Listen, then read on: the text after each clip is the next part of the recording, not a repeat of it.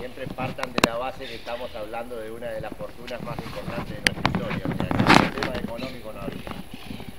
Ahí si se fijan hacia su derecha van a ver lo que fue sin lugar a dudas uno de los más importantes adelantos que tuvo esta casa, que es la instalación de agua corriente.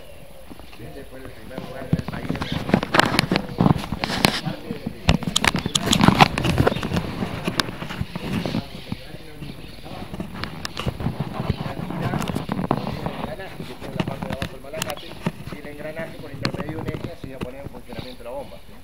la bomba toma agua de una napa subterránea y le lleva hacia el tanque. Después ya desde el tanque se aprovechaba la gravedad como para dirigirla hacia la cocina y el baño, que fueron los primeros lugares de la casa que tuvieron agua, en los que después pasó pasando el tiempo se encontraron bombas mucho más modernas que fueron las que abastecieron al resto de la casa. Pero le reitero, la importancia que tiene lo que están viendo ahora es ser la primera instalación de agua corriente que hubo en el país. Continuamos un poquito más. Al museo es lo que ellos llamaban la pulpería. O sea, la pulpería en realidad era más bien un almacén para peones. O sea, no era esas típicas pulperías de campaña, porque no era de la reunión, no era bebidas alcohólicas. Era más bien un almacén para los peones. Trabajaban con 300 personas. Porque toda esa vida que había en torno a la casa giraba por esa pulpería. Por un lado, porque para un peón era prácticamente imposible tener que hacer 30 kilómetros para ir a comprar hasta la ciudad, porque eso le hubiera demandado perder un día entero. Y por otro, porque estaban relativamente obligados a comprar acá, porque gran parte del sueldo que se le pagaba a un peón se le pagaba con vales. Y el vale, el único lugar para canjearlo era la pulpería por mercaderías. Eso hacía de que mucho de lo que se pagaba como sueldo después terminara retornando al patrón, que eran las modalidades típicas de las instancias en esa época. Y la parte, la construcción superior a la pulpería, de donde lleva la escalerita esta que se ve al costado, eso es uno de los palomares que tiene la casa. O sea, ahí en las paredes internas de la construcción tiene colocados 700 nidos de palomas. O sea, a las palomas las criaban para comerlas. O sea, la paloma vendía para la dieta de aquella época, que iba a ser un pollo para nosotros. Por las casas del campo tener palomares.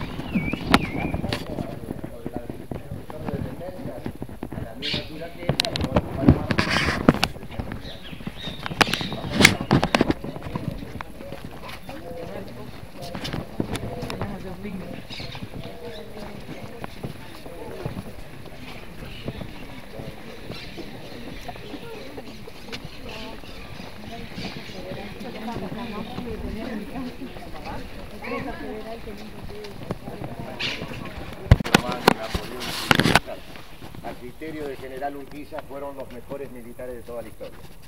Y él los admiraba como militares, o sea, independientemente de lo que pueda haber hecho cada uno de ellos. Urquiza aprendía de eso. O sea, porque Urquiza, al igual que la mayoría de los militares de nuestro país para ese entonces, no eran militares de carrera. O sea, no había en el país donde estudiar una carrera militar. Eso se iban formando en los campos de batalla, los cargos los otorgaban los gobernadores de acuerdo al desempeño. Bueno, lo que él hacía era estudiar tácticas, estrategias que ellos utilizaban. Sobre todo lo que hacía Napoleón, que a su criterio era el mejor de todos. Pero tengan en cuenta que Napoleón era prácticamente contemporáneo con Urquiza, por lo tanto era del que más noticias sabía también. Y después por esta avenida hacia el fondo se iba a lo que fue la última gran construcción de la estancia, que fue el lago artificial. El lago ahora está en ruinas, o sea, que el resto de la muralla, el espejo de agua, pero sin lugar a dudas fue de las cosas más pintorescas que tuvo la casa. Un lago de 180 metros de largo por 120 de ancho, 5 de profundidad. Imagínenlo como si hubiera sido una pileta, abajo tiene piso de ladrillo revocado, como una pileta. El agua se traía de una laguna que está a 2,5 kilómetros más atrás, todo a través del sistema de cañerías, bombas, malacate, como el que vieron ahí para el agua corriente, y lógicamente de mucho mayor capacidad, inclusive a lo largo de los 2,5 kilómetros que separan la laguna donde se toma el agua hasta el lago artificial, tienen pozos de decantación y de bombeo, limpiando el agua. Llegaba al lago, después de haber pasado por todos los pozos de decantación, se quedaba prácticamente limpia. Eso estaba todo rodeado con herrería artística, con 2 embarcaderos, y se lo había hecho para la recreación. O sea, inicialmente tenía un par de góndolas, algunos botes para pasear, pero después inclusive hasta se mandó a hacer un barquito a vapor para tener ahí. Era toda una novedad porque estamos hablando de un momento histórico donde hacía muy pocos años atrás recién habían comenzado a entrar los primeros barcos mercantes con motor a vapor al país. Así que se imaginan que tener un vapor en el medio del campo, en un lago artificial, era todo un lujo. Desde ya que las dimensiones del lago no le permitían navegarlo con el vapor, o sea, era muy chico para navegarlo. Al barco lo usaba para dar fiestas, se llamaban las fiestas venecianas, y era la fiesta con las que agasajaba todo aquel personaje importante que venía de visitar su casa. Y ahora sí vamos a entrar a la casa.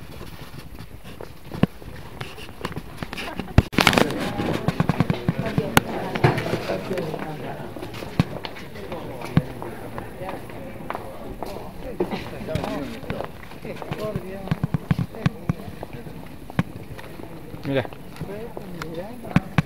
qué verdulería me pongo acá, ¿no?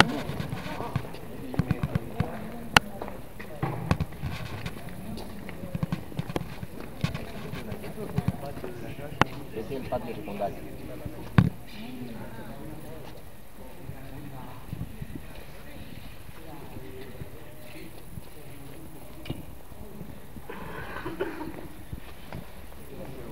Media tonta, Sarmiento dijo que cómo podés tener canillas que vemos, no sé,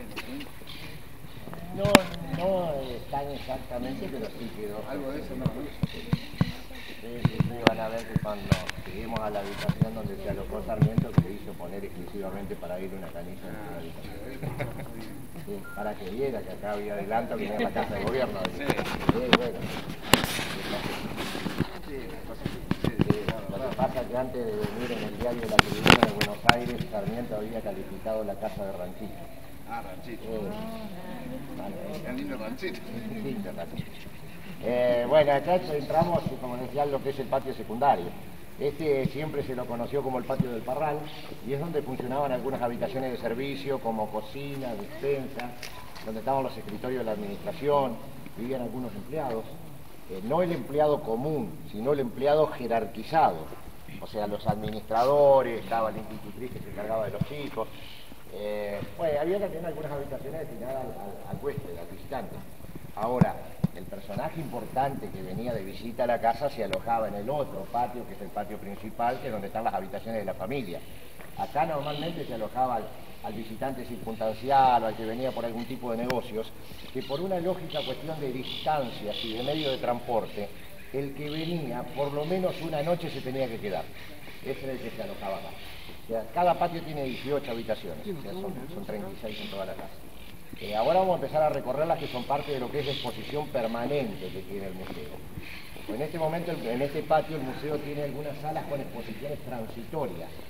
O sea, por ejemplo, la primera de este lado, que lo que hay es una maqueta del museo hecha por los alumnos de arquitectura de la Facultad de Concepción del Uruguay. La primera de este otro lado, que lo que es una exposición gráfica de una línea de tiempo que vincula la historia americana con la historia argentina, con la historia entrerriana. O sea, son todos gráficos.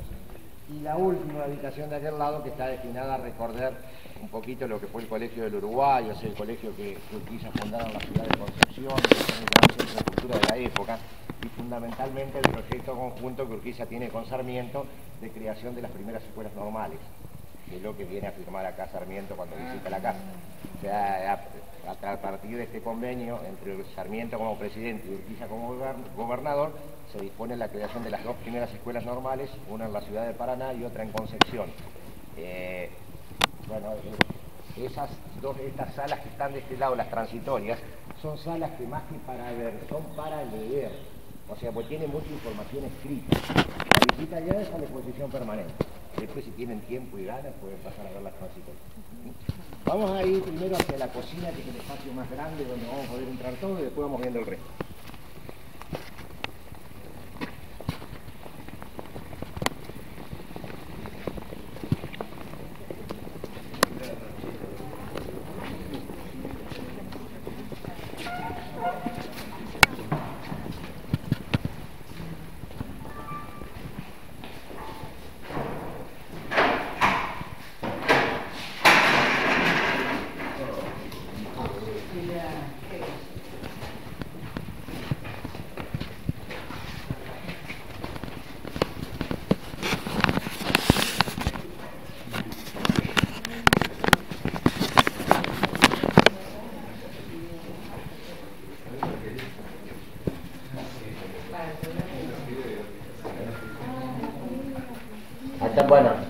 cocina, estamos ahora, es donde se cocinaba para la familia. O sea, acá se cocinaba para unas 20, 25 personas, que eran las que comían diariamente acá en la casa. Después, dentro de la estancia, pero ya fuera de la construcción principal, existían también sectores de dependencia que incluían cocina, comedor para la gente que trabajaba.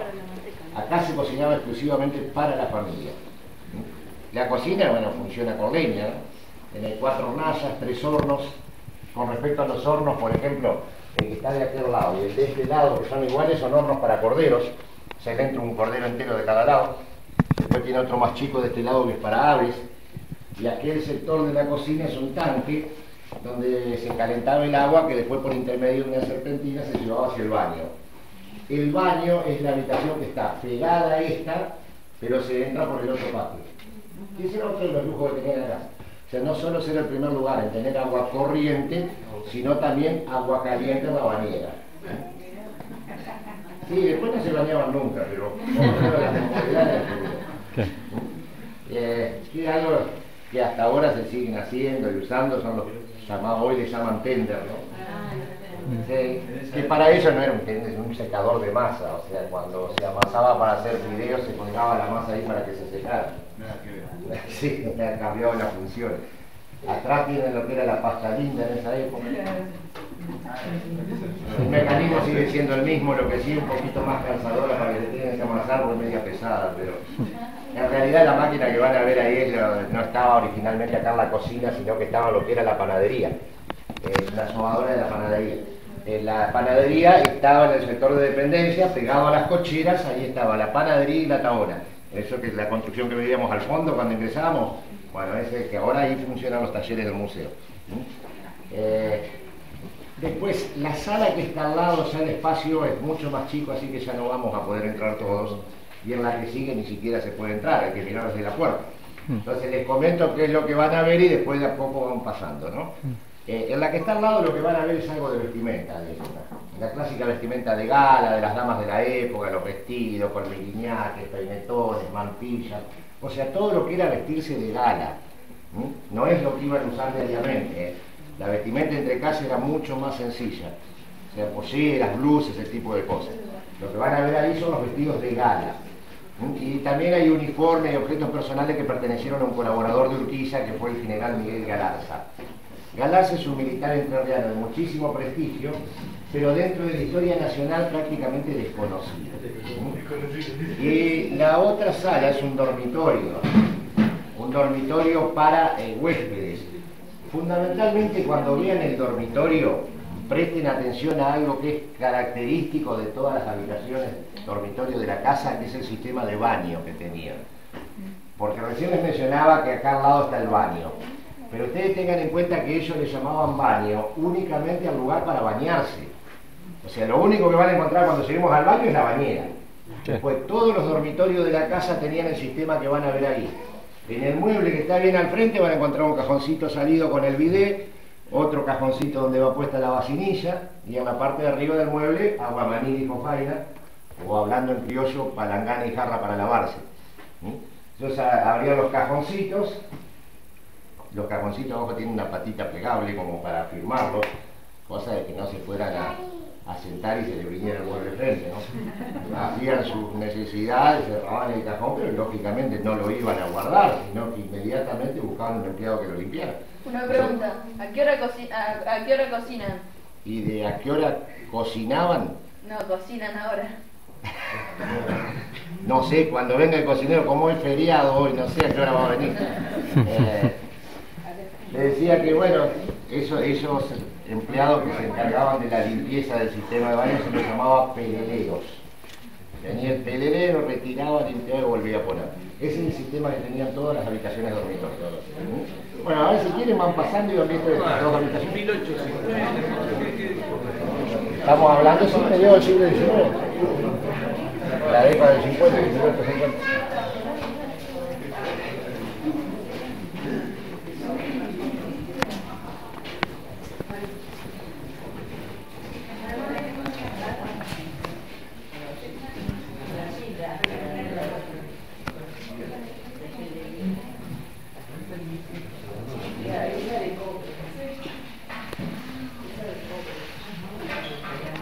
Trujillo, Rivero, gobernador Urquiza, soy de Francisco Asís. Soy de... Nicostrata Benítez.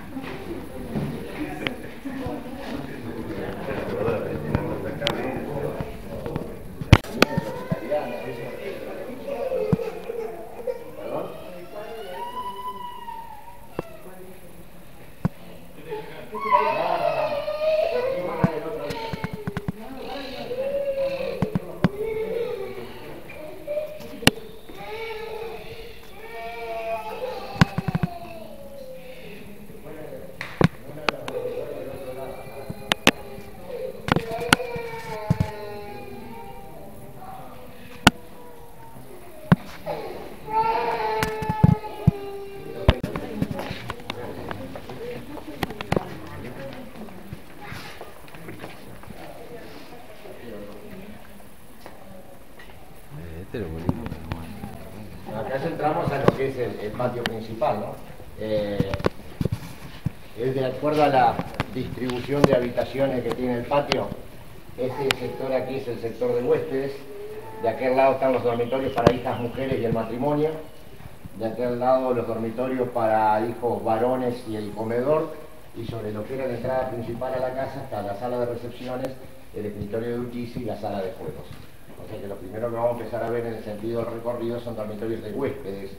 El primero lleva hoy el nombre de Mitre, el segundo de Sarmiento, porque además de otros personajes importantes estuvieron alojados Mitre y Sarmiento cuando visitaron la casa, y se les da su nombre no solo por el hecho de que hayan sido presidentes, sino por la importancia que tiene la visita de cada uno en su momento. En el caso de Mitre, por ejemplo, Mitre viene siendo gobernador de Buenos Aires a celebrar el aniversario del Pacto de San José de Flores. Es el pacto por el cual Buenos Aires, luego de estar casi 7 años separada del resto de las provincias, se vuelve a unir. Es lo que en nuestra historia se conoce como el Pacto de la Unión Nacional. Y de este encuentro, Mitre Urquiza, es donde surgen las bases de un acuerdo posterior que de alguna manera es lo que logra mantener al país unido en un momento muy difícil de las relaciones entre la Confederación y Buenos Aires.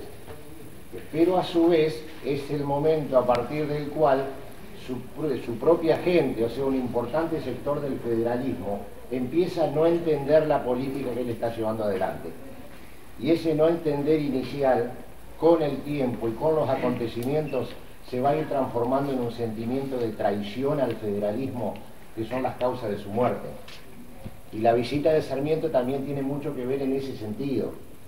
Sarmiento ya viene siendo presidente. Y esa visita y el apoyo incondicional que Urquiza le brinda a Sarmiento es como la gotita que rebalsa el vaso en el espíritu de su gente, y es cuando se dan cuenta que ya no va a haber un cambio en el rumbo político de Urquiza y por lo tanto se deciden a la revolución. Y la revolución se inicia con el asesinato de Urquiza aquí en su casa. Por eso le decía que se le da el nombre de Mitre y Sarmiento a las salas, más allá de que en esas ya se han alojado otros tantos personajes importantes. Es por esa trascendencia política que tienen estas dos visitas. A partir de que empecemos a recorrer la sala, presten atención también a otro de las características que tiene la casa, que son los cielorrazos de las habitaciones. Los cielorrazos son todos hechos en madera de pino blanco, pero no hay ninguno igual al otro. En cada habitación el diseño va cambiando. Y el cielorraso de alguna manera les va a ir indicando la importancia de la habitación. Que empieza la primera habitación con el cielorraso liso, y a medida que se va avanzando,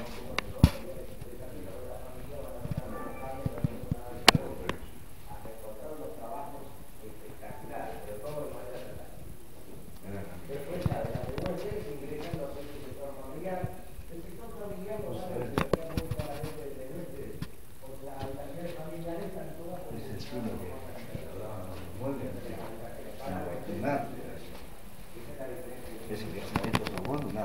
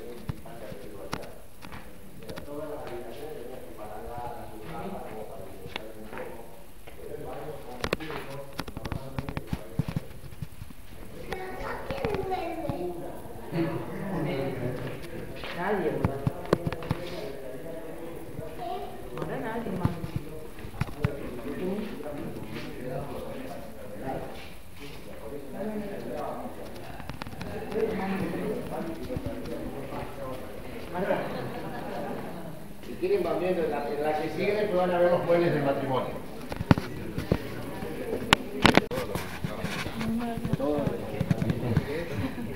Es la camilla. Sin internet.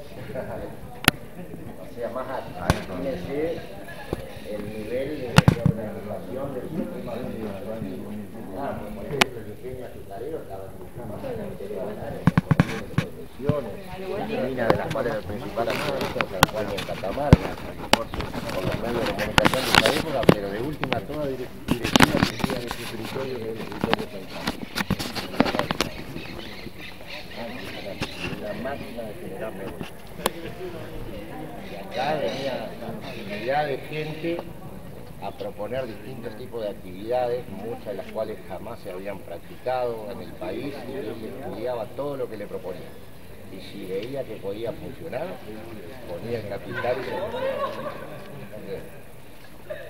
nosotros tenemos acá todo el archivo documental, por ejemplo, lo de la familia Urquiza dividió el archivo Urquiza, o sea, todo lo que era la documentación que existía sobre tres partes, o sea, la parte de la donó el Archivo General de la Nación, como que frena y desvía la bala, entonces no es una herida mortal. Pero si bien no lo mata, lo que sí evidentemente fue suficiente fue para voltearlo, porque él ya cae dentro de la habitación.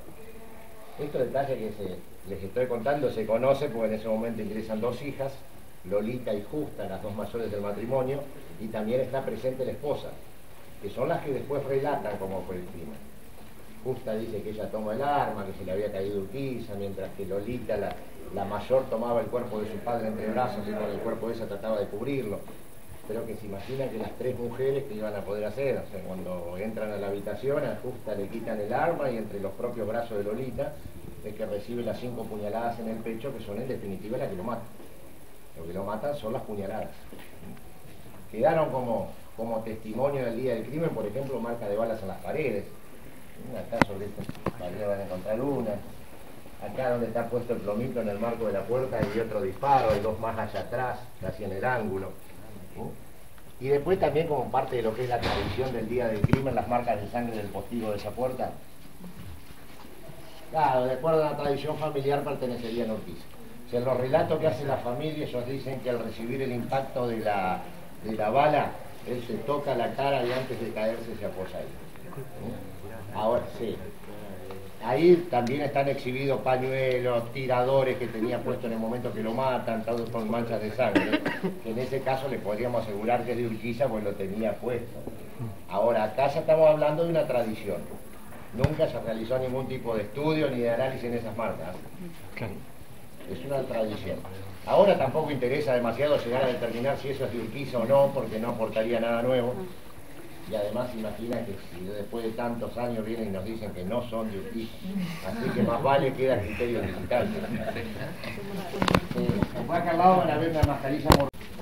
Ahí va la sala Sarmiento, cruzando el ropero casi en el ángulo contra la pared, van a ver la canilla que decía que poner para Sarmiento. Eso es canilla. Además la canilla tenía un lavatorio, el lavatorio después no se encontró, pero ahora la canilla sí que está.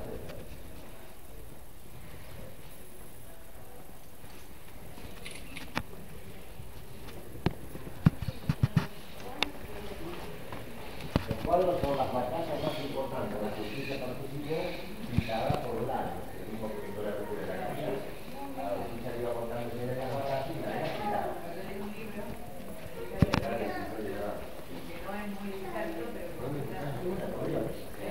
Pero que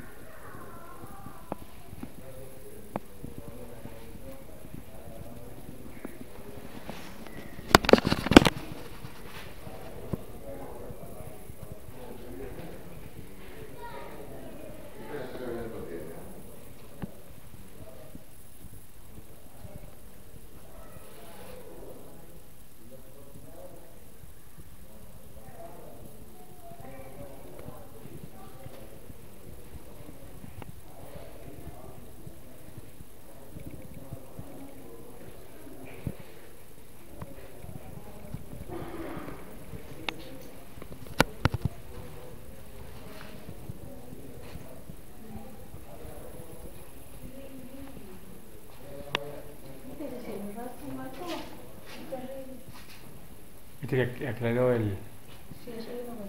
la diferencia de cielo raso tiene que ver con la jerarquía de la... Este es y esta es la parte de la sala oratoria.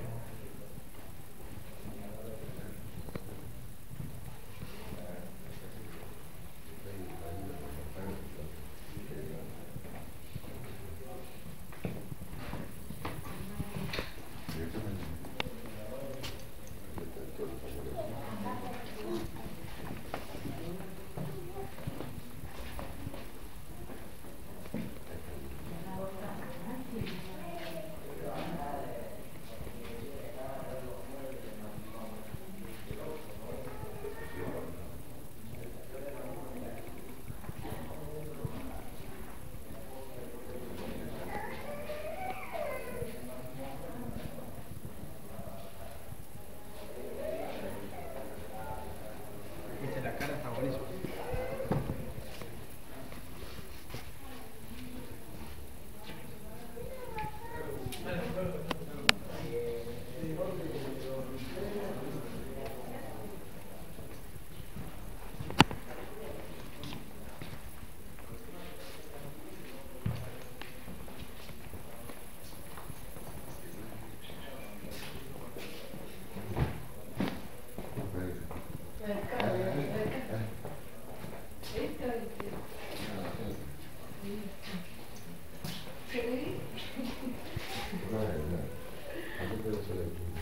Sí.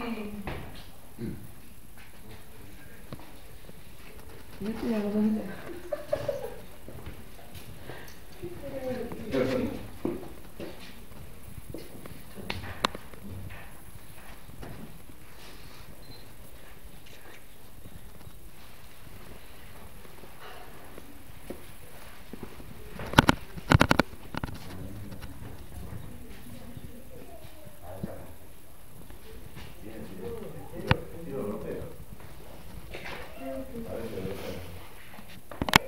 Ellos que no se consideraban que no era varonil, trabajaron el dormitorio de un varón, así que siempre iban a ser más sencillos.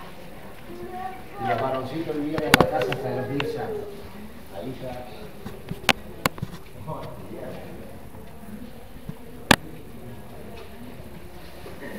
Cuando mandaban a estudiar en los colegios eran internados, y una vez que terminaban el colegio, o empezaban el estudio superior o empezaban su propia vida, pero ya no volvían a la casa.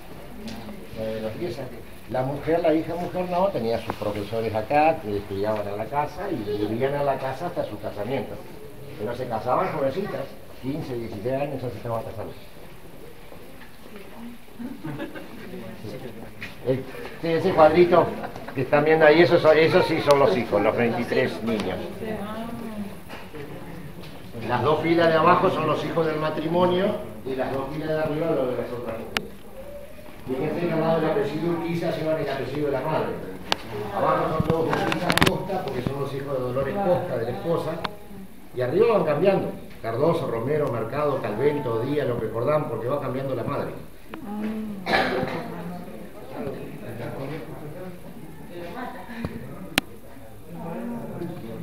La única que no se pudo obtener ninguna imagen es de la más chiquita. La más chiquita, Cándida, murió siendo un bebé. No alcanzó a cumplir 2 años. Y ellos a los bebés no les tomaban imagen. Entonces, por las creencias que había, recién a partir de los 6, 7 años empezaban a tomar la imagen. Y enfrente tiene lo que era ese mueblecito que era enfrente, es un botón, eso es una belleza total. Son muebles exclusivos que se mandaban a hacer y la casa que los hacía mandaba el mueble que se elegía y la matrícula del mueble, o sea que no se iba a hacer uno igual. Y lo que es adentro de ese mueble es una belleza. Tiene una puerta, por ejemplo, son todos cajoncitos. Cajoncitos que si no se abre el primero no se puede abrir ninguno, todos trabados, para guardar fichas. Después tiene distintos tipos de compartimientos como para guardar documentación. Tiene un lugarcito secreto también como para guardar cosas muy importantes. Eso vendría a ser algo así como el disco rígido de las computadoras actuales. Todos estos muebles que ven acá pertenecieron a Benjamín Victorica. Benjamín Victorica fue el gran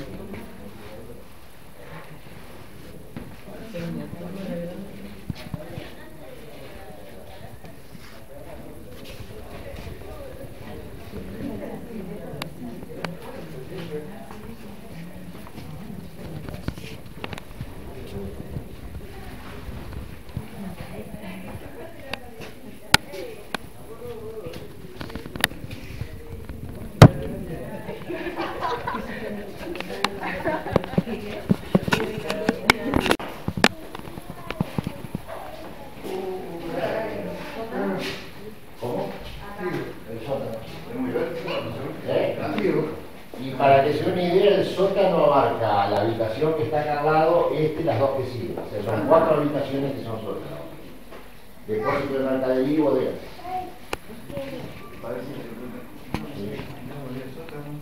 Sí, sí, sí. Y la heladera de la época. Era la heladera de la época. Acá en la estancia se hacían vinos porque tenía viñedos la estancia. Pero más allá de los vinos que se hacían acá, se mandaban a traer fundamentalmente de Burdeos, de Francia, se traían los vinos aquí. Estos, los escritorios que ven de cada lado, se les llamaban los notariales. Son los escritorios sobre los que trabajaban los administradores, ¿no? Hoy hablábamos muy al principio del tema de la administración, de las empresas. Decía, para que se den una idea de lo que era el poder económico que tenía este hombre, las industrias más importantes del momento eran los saladeros de carne. Él decía que tenía 5 saladeros. Y les mencionaba hoy a Santa Cándida, que fue el más grande que hubo en Sudamérica. Iban a ver algunas fotografías de Santa Cándida. Para hacer una idea de lo que era ese saladero, en su apogeo, llegó a manejar un volumen de negocio anual que era equivalente a la 4ª parte de lo que era el presupuesto de ingresos de la Confederación entera. Ese solo saladero. No, no, eso es carne. Es carne que se está secando al sol. Claro, lo que están viendo ahí es una plaza de salado y secado de carne. Anexo a eso funcionaba la curtiembre, donde se trabajaban los cueros, estaban las graserías, esa olla grandota que ven abajo de las graserías, donde se derretía la grasa, el cebo para hacer velas, jabones. Santa Cándida, este saladero, al tener máquina de vapor, le permitió utilizar lo que los otros saladeros desperdiciaban, que eran las vísceras y el hueso. Se utilizaba todo, inclusive este saladero era una entrada, el portón de entrada, tenía un cartel que todavía lo tienen, ¿no? Que dice, en este saladero lo único que no se aprovecha del animal es el mugido. Después se aprovechaba todo, con las cerdas hacían cepillos, se aprovechaba todo. Lo que único, ¿Dónde estaba? a 23 kilómetros acá, o sea, cerca de la ciudad de Concepción. Digamos, del centro de la ciudad está 5 kilómetros yendo por río. Lo único que queda actualmente es lo que hoy se conoce como el Palacio Santa Cándida, que es la construcción que se ve en la foto, ¿eh? Ese es un palacete hecho por el mismo arquitecto que termina esta casa, por Pedro Fossati. Claro, eso es, si bien es monumento nacional, es privado, que pertenece a descendientes. Y ellos lo utilizan como una especie de hotel, un lugar para alojarse. Muy lindo, muy coqueto y muy caro. Podían llegar a ahogar,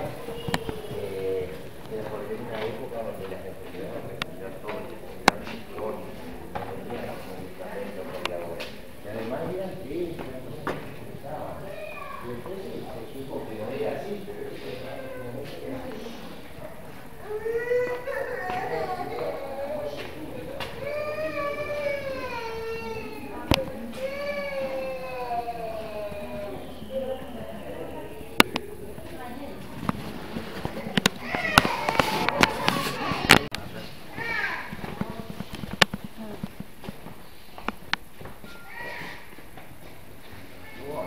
Claro, la escalera que se ve al fondo y la que sube aquí a la otra. Va a poner el dedo.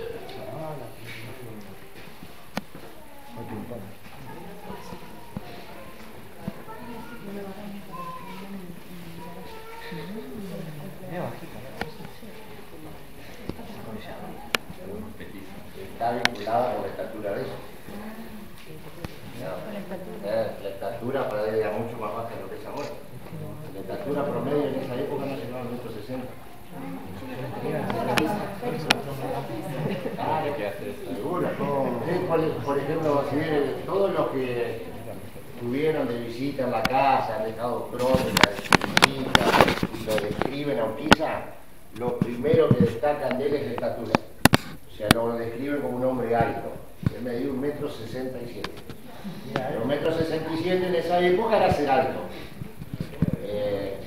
Sí, con respecto a las camas, lo que dice usted, además de la estatura, también tiene que sumarle la característica de la forma de dormir.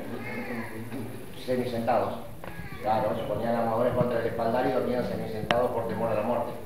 Entonces, si sumas a dos características, personas de baja estatura durmiendo semisentados, se van a dar cuenta que les sobraba cama, que no necesitaban camas muy largas. Y la altura de la mesa está vinculada a la estatura de ellos. La mesa es más larga de lo que la ven ahora. En este momento le están faltando más de 3 metros a la mesa. O sea, completa mide casi 9 metros. Esto se puede ir manejando el tamaño, porque se va abriendo y se van incorporando los módulos. Los módulos existen, o sea, los tenemos. Lo que pasa es que si se lleva la mesa a su medida normal, queda muy poco espacio para ingresar, entonces por eso se acorta. Pero recuerdo cuando estábamos en la cocina que les decía que acá comían diariamente 20, 25 personas, o a veces más. Entre los miembros de la familia, más algunos de los principales colaboradores, más los invitados que siempre había. El único que no comía acá era Urquiza, pero los demás comían todos en este comedor. Solo aparte, ahí donde vimos los vestidos en el otro patio, pegado a la cocina, claro, ese era un comedorcito chiquito que era el lugar donde comía. Solo como loco más.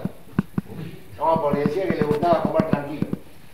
Porque decía que si estaba acá tenía que estar atendiendo a sus invitados y por lo tanto no podía comer tranquilo, así que prefería comer solo, pero comía antes. O sea, cuando los demás se sentaban a comer, él estaba con ellos.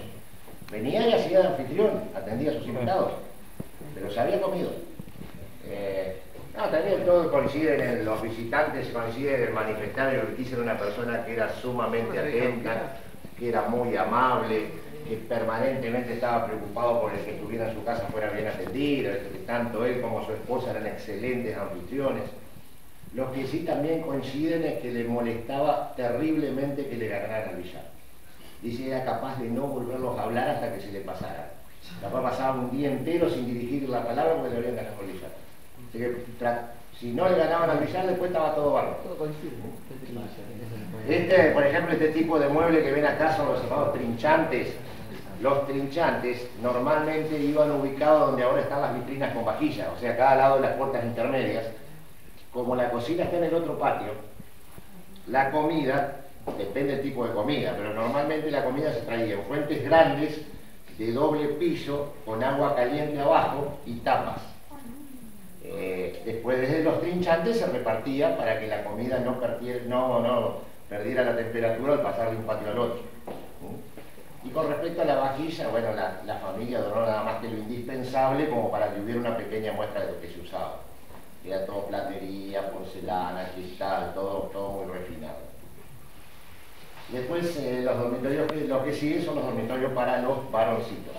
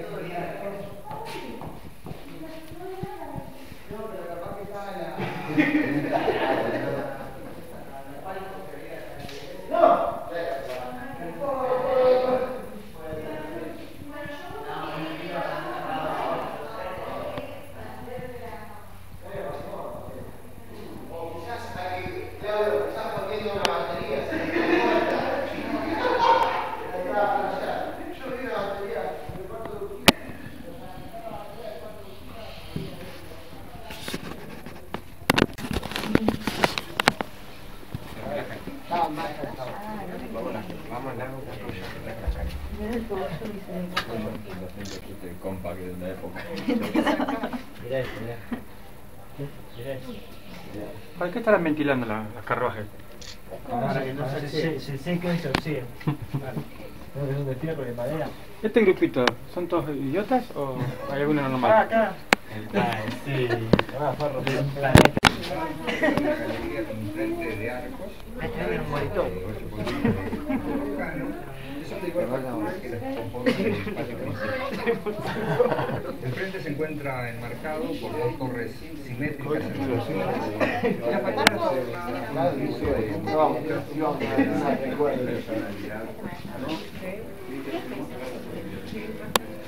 Si nos llevamos siempre un imancito para la cadena.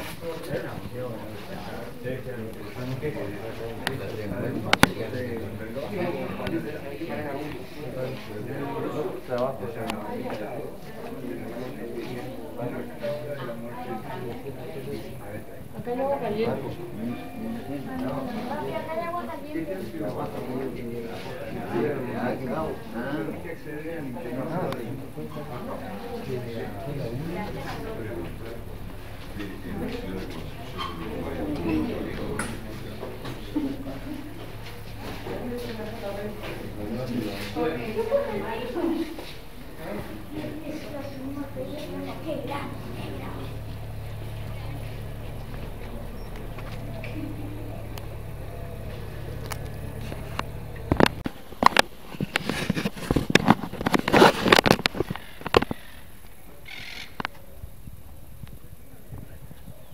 Sistema de agua corrientes, original para la época. Y ya lo que se va a ver es el lago, también algo mágico.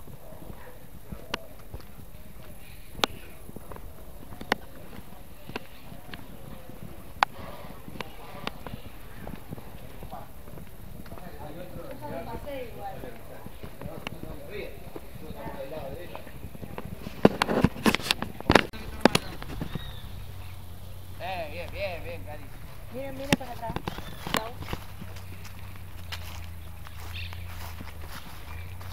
Alto pasillo, amigo. Alto pasillo,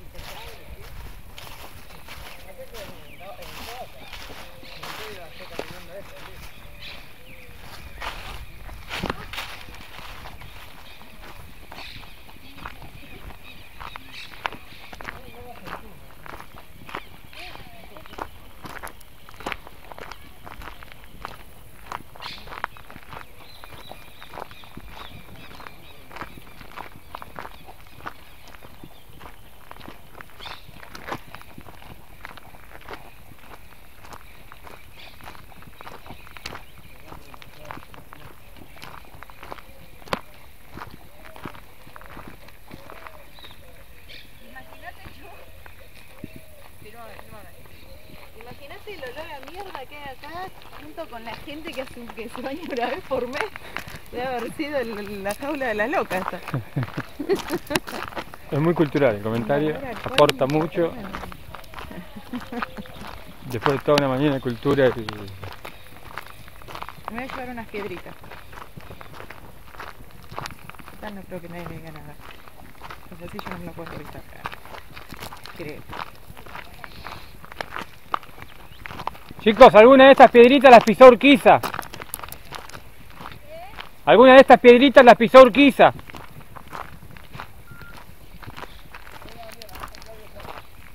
Lo que debe ser en primavera y eso, ¿no? Estos Mm. lugares así están... ¿No viste que el parral estaban todos con uvas? Sí, sí, sí. Debe ser hermoso. Es venenoso eso, Claudio.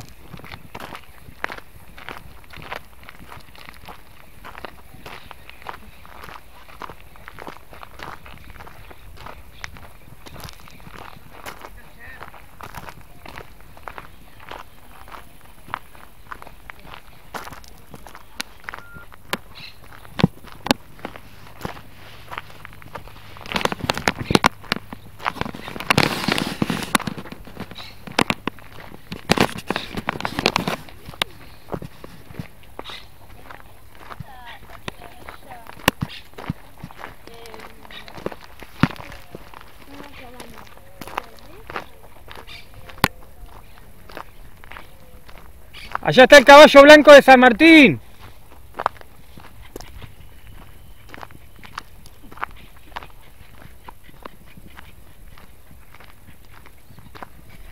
Decirle que no se haga el Alfonsín Storni aquel.